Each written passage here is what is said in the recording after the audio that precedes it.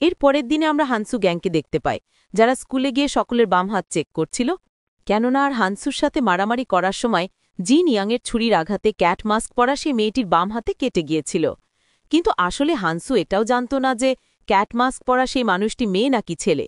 এরপর হানসু একটি মেয়েকে মেরে সকলকে হুমকি দিয়ে বলে কেউ যদি তার সাথে বাড়াবাড়ি করে তাহলে তাকে মরতে হবে। এর কয়েকদিনে সুচিমিন জানতে পারে সে এখানকার পার্মানেন্ট টিচার হয়ে গিয়েছে, তাই সে কথাটি তার ছোট ভাইকে বলার জন্য যাচ্ছিল, কিন্তু দূর থেকে হানসুরা হঠাৎ সুচিমিনের মুভমেন্ট খেয়াল করে সন্দেহ হওয়ায় সে তার পিছু পিছু যায়।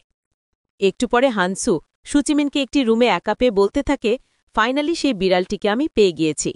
এরপর হানসু সুচিমিনকে একটি কালো পলিথিন পরিয়ে তাকে টর্চার করতে থাকে আর বলে সে চাইলে তাকে এখনই মেরে ফেলতে পারে, কিন্তু সে তাকে ধীরে ধীরে মারবে। আর ওদিকে দরজার বাহিরে থেকে প্রিন্সিপাল ম্যাডাম লুকিয়ে লুকিয়ে সব দেখছিল। সেদিন সুচিমিন ক্লাসে গিয়ে জিনিয়ংকে দেখতে না পেয়ে তার বাসায় চলে যায় এবং সেখানে তার দাদির সাথে কথা বলে। তার দাদি সুচিমিনকে কেঁদে কেঁদে বলে সে যেন জিনিয়ংকে হানসু গ্যাংয়ের হাত থেকে বাঁচিয়ে নেয়। এরপর সুচিমিন জিয়ংকে খুঁজতে খুঁজতে ছাদে গেলে দেখতে পায় সে সুইসাইড করার চেষ্টা করছিল। সুচিমিন তাকে অনেক বুঝিয়ে শুনিয়ে কোনোভাবে আটকায় এবং কথা দেয় সে হানসুর থেকে প্রতিশোধ অবশ্যই নিবে।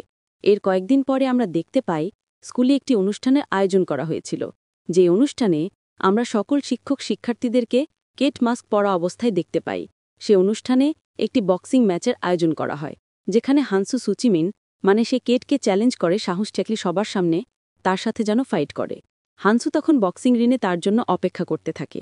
একটু পরে সেখানে সুচিমিন এসে উপস্থিত হলে সকলে অনেক উত্তেজিত হয়ে যায়।